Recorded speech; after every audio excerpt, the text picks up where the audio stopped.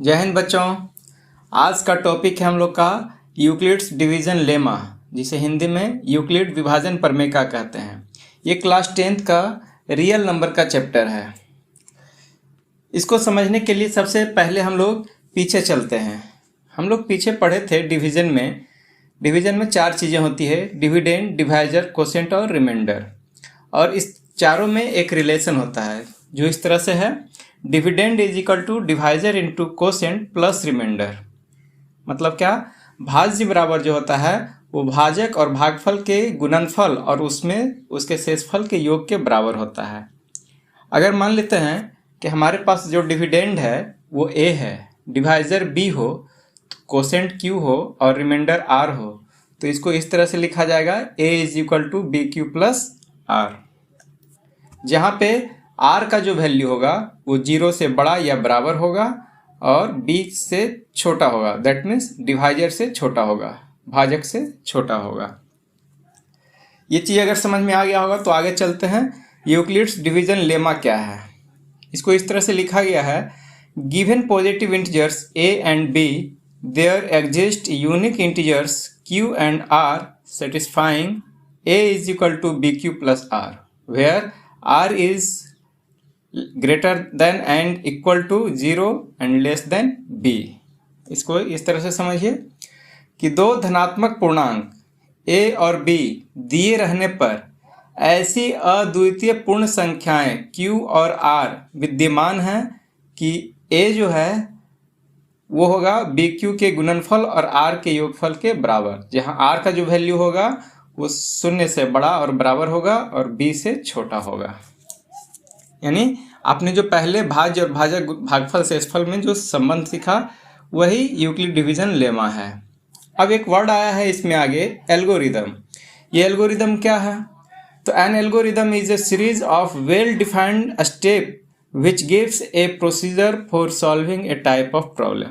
मतलब कि एल्गोरिथम सुपरिभाषित चरणों की एक श्रृंखला होती है जो एक विशेष प्रकार की समस्या को हल करने की एक प्रक्रिया या विधि प्रदान करती है। मतलब कि ये भी डिवीजन लेमा ही है, लेकिन ये यूज जब करते हैं स्टेप बाय स्टेप, उस समय ये एल्गोरिदम कहलाता है। एल्गोरिदम के बाद एक वर्ड आया था लेमा। लेमा क्या होता है?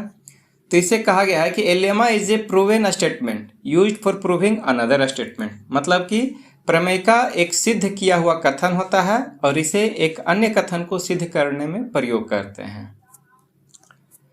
Euclid's division algorithm is a technique to compute the highest common factor of two given positive integers.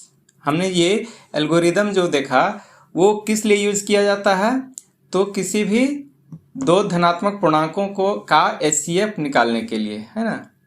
Euclid विभाजन एल्गोरिथम दो धनात्मक पूर्णांकों का महत्तम समापवर्तक परिकलित करने की एक तकनीक है। तो आगे जो बताया गया है कि to obtain the HCF of two positive integers say C and D with C is greater than D, follow the steps below. मतलब क्या कि दो धनात्मक पूर्णांक अगर आपके पास C और D हैं, जहां C D से बड़ा है, तो उसका मशक ज्ञात करने के लिए नीचे दिए हुए चरणों का अनुसरण करेंगे। अब पहला स्टेप क्या है, पहला चरण क्या है? तो इसमें बताया गया apply Euclid's division lemma to C and D, so we find whole numbers Q and R such that C is equal to DQ plus R, where R is greater than और equal to 0 and less than D। मतलब क्या है कि C और D के लिए Euclid विभाजन प्रमेय का प्रयोग करेंगे। इसलिए हम ऐसे Q और R ज्ञात करते हैं कि जहाँ पर C जो होता है DQ प्लस R के इक्वल होता है और R का जो वैल्यू होता है 0 से बड़ा या बराबर होता है और D का वैल्यू D से छोटा होता है। स्टेप 2 में कहा गया है if R is equal to 0, D is the HCF of C and D। If R is not equal to 0, apply the division lemma to D and R। मतलब क्या कि यदि R का वैल्यू 0 के बराबर हो तो D, C और D के लिए HCF होगा। यदि R का वैल्यू 0 के बराबर ना हो तो D और R के लिए यूक्लिड विभाजन प्रमेय का प्रयोग करेंगे। पहले हम लोगों ने क्या किया था? C और D के लिए इस डिवीजन लेमा का यूज किया था। अब D और R के लिए ये लेमा प्रयोग करेंगे। कब? जब r का वैल्यू 0 के बराबर नहीं होगा। अब स्टेप 3 में कहा गया है कि continue the process till the remainder is 0, the divisor at the stage will be the required HCF. मतलब कि इस प्रक्रिया को तब तक जारी रखेंगे जब तक शेषफल 0 ना प्राप्त हो जाए। इसी स्थिति में प्राप्त भाजक ही वांछित एचसीएफ होगा। मतलब कि लास्ट स्टेज में जब हमारा रिमाइंडर 0 होगा, उस स्टेज में जो डिवाइजर होगा वही डिवाइजर एचसीएफ होगा। आगे लिखा गया है कि this algorithm works because HCF CD is equal to HCF DR, where the symbol HCF CD denotes the HCF of C and D etc। मतलब कि यह एल्गोरिथम इसलिए प्रभावशाली है क्योंकि एचसीएफ CD जो है एचसीएफ DR के बराबर है, जहां एचसीएफ CD का जो संकेत दिया गया उसका अर्थ है C और D का एचसीएफ। इस तरह से लेमा के बारे में हमने बहुत कुछ सीखा। अब आइए इसको एग्जाम्पल से समझते हैं। एग्जाम्पल फर्स्ट में बताया गया है use Euclid's algorithm to find the HCF of 4052 and 12576, यानी 4052 और 1275 का एचसीएफ आपको ज्ञात करना है इस यूक्लिड्स एल्गोरिथम को यूज करके। तो सॉल्यूशन में चलते हैं। अब यहाँ पर चूंकि 12576 जो है 4052 से बड़ा है, तो हम लोग क्या करेंगे, फर्स्ट स्टेप में 4052 से डिवाइड करेंगे 12576 को। मतलब कि डिविडेंड के फॉर्म में हम लोग 12576 को रखेंगे और डिवाइजर के फॉर्म में 4052 को। तो देखिए स्टेप 1 कैसे लिखा है। डिविडेंड में हो गया 12576 इज इक्वल टू क्या लिखा है 4052 इंटू 3 + 420, क्योंकि 3 बार में ये डिवाइड हुआ और रिमाइंडर मेरे पास 420 बचा, तो 420 रिमाइंडर के रूप में प्लस के रूप में लिखा गया। अब स्टेप 2 में क्या करेंगे, क्योंकि यहाँ रिमाइंडर 0 नहीं हो पाया है तो ये कंटिन्यूड प्रोसेस अभी चलेगा। तो अब हमें 420 से डिवाइड करना है पहले वाले डिवाइजर में। तो पहला डिवाइजर क्या था 4052 और अब नया डिवाइजर बन गया 420। तो स्टेप 2 में देखिए, स्टेप 2 में लिखा गया है डिविडेंड हो गया मेरा 4052 और डिवाइजर हो गया 420। अब ये 9 टाइम्स में लगा और रिमाइंडर क्या बचा 272। तो इसको स्टेप 2 में इस तरह से सजा दिया गया। इसी तरह से आगे और बढ़ें क्योंकि अभी भी रिमाइंडर 0 नहीं आया। स्टेप 3 में आ गया। अब 420 आपका डिविडेंड हो गया, 272 डिवाइजर हो गया, 1 कोसेंट हो गया, 148 रिमाइंडर हो गया। फिर स्टेप 4, इसमें 272 dividend, 148 divisor, 1 quotient and 124 remainder. अभी तक रिमाइंडर मेरा 0 नहीं हो पाया है, इसलिए स्टेप अभी कंटिन्यूड चलेंगे। स्टेप 5 में हो गया डिवाइजर 124, डिविडेंड 148, कोसेंट 1 और डिवाइजर 24। फिर आगे बढ़ेंगे। स्टेप 6, 124 हो गया डिविडेंड, 24 हो गया डिवाइजर, 5 हो गया कोसेंट और प्लस हो गया रिमाइंडर में 4। स्टेप 7, इसमें क्या किया गया 24 डिविडेंड हुआ, 4 डिवाइजर हुआ और 6 कोसेंट हुआ, रिमाइंडर 0 हो गया। अब चूंकि यहाँ रिमाइंडर 0 हो चुका है तो इस तरह से हम लोग अब कह सकते हैं कि एचसीएफ ऑफ 12576 एंड 4052 इज 4, यानी इस दोनों नंबर के लिए जो एचसीएफ हुआ वो 4 हो गया, क्योंकि यहाँ पे रिमाइंडर 0 हो गया और लास्ट स्टेप का डिवाइजर 4 था, इसलिए एचसीएफ 4 हुआ। तो आगे लिखा गया है कि notice that 4 is equal to HCF 24 and 4, HCF 124 24 is equal to HCF 148 124।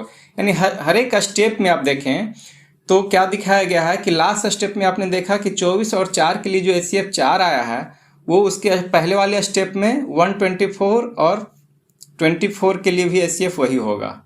फिर स्टेप 5 में 148 और 124 के लिए भी एचसीएफ वही होगा। यानी हर एक डिवाइजर और डिविडेंड, हर एक स्टेप का डिवाइजर और डिविडेंड का जो एचसीएफ होगा सबका एचसीएफ 4 ही होता है। ये आपने यूक्लिड्स डिवीजन लेमा के थ्योरी में हम लोग पढ़ चुके थे। अब यूक्लिड डिवीजन लेमा से संबंधित एक बात और बताई गई है कि यूक्लिड्स डिवीजन लेमा और algorithm has several application related to finding properties of numbers. मतलब कि यूक्लिड विभाजन प्रमेय या एल्गोरिथम के संख्याओं के गुणों से संबंधित अनेक अनुप्रयोग हैं। मतलब कि इसका प्रयोग सिर्फ एचसीएफ निकालने के लिए ही नहीं करते हैं, इसका प्रयोग और भी कई चीज़ों में किया जा सकता है। और यही एक ऐसा प्रयोग है जो कंप्यूटर में एक प्रोग्राम के रूप में सबसे पहले प्रयोग किया गया था, है ना। तो आइए चलते हैं अब इसके अगले प्रयोग की ओर कि इसका अगला प्रयोग हम लोग क्या कर सकते हैं। तो एग्जाम्पल 2 से समझते हैं। क्वेश्चन इसमें दिया गया है कि so that every positive even integer is of the form 2q and that every positive odd integer is of the form 2q plus 1 where q is some integer। मतलब कि कोई भी अगर पॉजिटिव इवन इंटीजर है, मतलब कि धनात्मक सम पूर्णांक, तो उसको हम लोग 2q के फॉर्म में दिखा सकते हैं, और यदि वही धनात्मक विषम पूर्णांक हो तो उसे tq plus 1 के रूप में दिखा सकते हैं, जहाँ q क्या है, कोई एक अलग पूर्णांक है।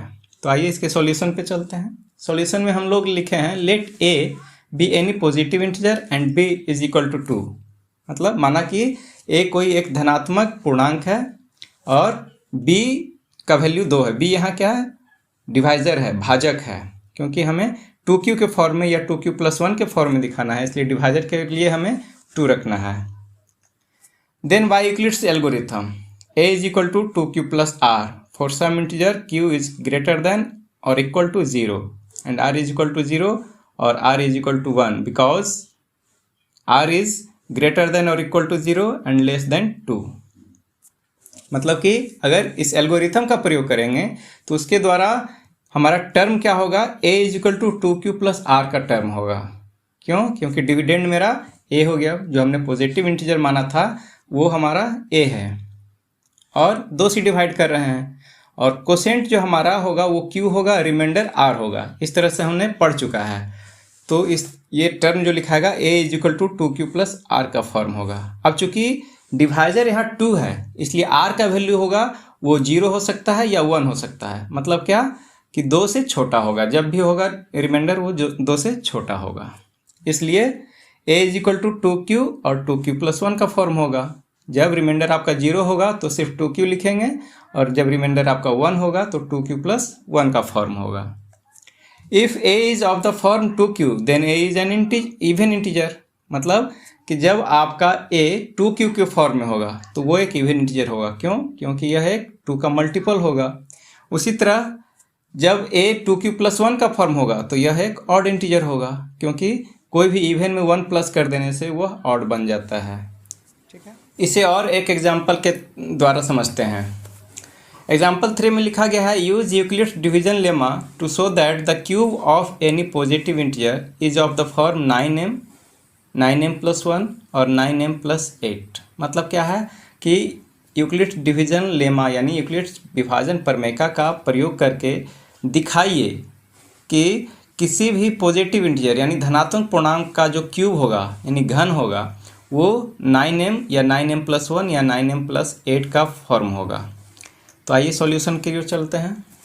इसमें हमने मान लिया let a be any positive integer and b is equal to 3, यानी कोई भी पॉजिटिव इंटीजर को a माना और यहाँ डिवाइजर के रूप में 3 माना। अब यहाँ आप पूछेंगे कि पिछले एग्जाम्पल में हमने 2q या 2q plus 1 का फॉर्म दिखाना था तो डिवाइजर 2 रखा था, लेकिन यहाँ 9m और 9m plus 1 या 9m plus 8 को दिखाना है तो डिवाइजर 9 क्यों नहीं रखा।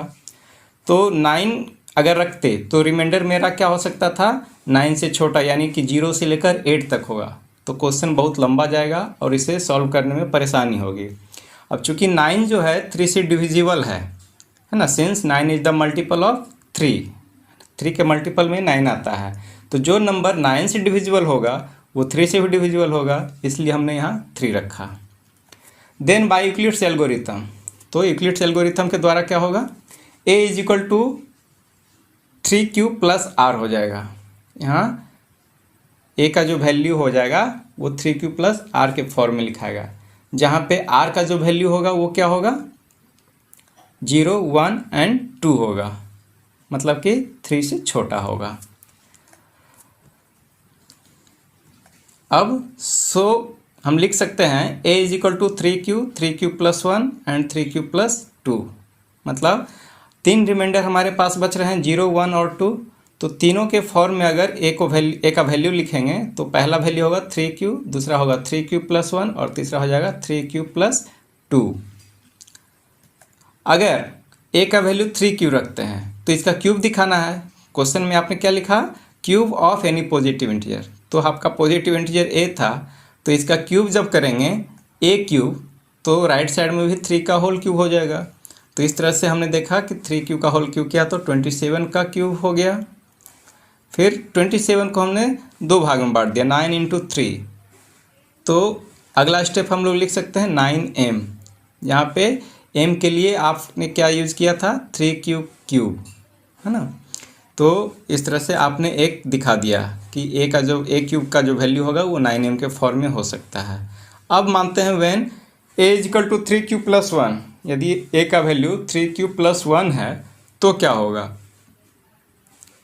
तो इस तरह से ए क्यूब जब दिखाएंगे तो वो 3 क्यूब प्लस 1 का होल क्यूब होगा। अब यहाँ पर ब्रैकेट के अंदर 3 क्यूब प्लस 1 जो है ए प्लस बी के फॉर्म में है, तो ए प्लस बी का होल क्यूब का फार्मूला हमने क्या सीखा है, वो होता है a cube plus b cube plus 3ab into a plus b. तो इसी फॉर्म में हम इसको आगे बढ़ाएंगे। तो इस तरह से देखा कि इसको कैलकुलेट करने से आपका 9m प्लस 1 का फॉर्म मिल जाता है। इससे आप गौर से समझें, यदि कोई परेशानी है तो इससे स्टेप बाय स्टेप ध्यान से इसको सीखें। हर एक स्टेप में आपको क्लियर कर दिया गया है। तो ये हमने देखा 9m प्लस 1 का फॉर्म मिल गया। उसी तरह यदि a का वैल्यू 3 क्यूब प्लस 2 है तो इसका क्यूब क्या होगा, ए क्यूब इजक्वल टू हो जाएगा 3 क्यूब प्लस 2 का होल क्यूब। यहाँ भी ए प्लस बी का होल क्यूब का फार्मूला लगाएंगे और इस तरह से कैलकुलेट करके आपका 9m प्लस 8 का फॉर्म मिल जाता है। इसका भी स्टेप बाय स्टेप देखें, आप समझ जाएंगे। तो इस तरह से आज हम लोग ने यूक्लिड विभाजन प्रमेय का सारा बात सीखा। इसमें एक बात और रह गई है जिसे हम अगले वीडियो में सीखेंगे, और ये भी एक इम्पॉर्टेंट है। इसमें थोड़ा सा हार्ड है, इसलिए लंबा वीडियो ना करके इसे अगले स्टेप में दिखाऊंगा। अगर वीडियो पसंद आया हो तो लाइक शेयर जरूर करें, चैनल को सब्सक्राइब कर दें और बेल आइकन को भी दबा दें। थैंक यू, धन्यवाद, जय हिंद।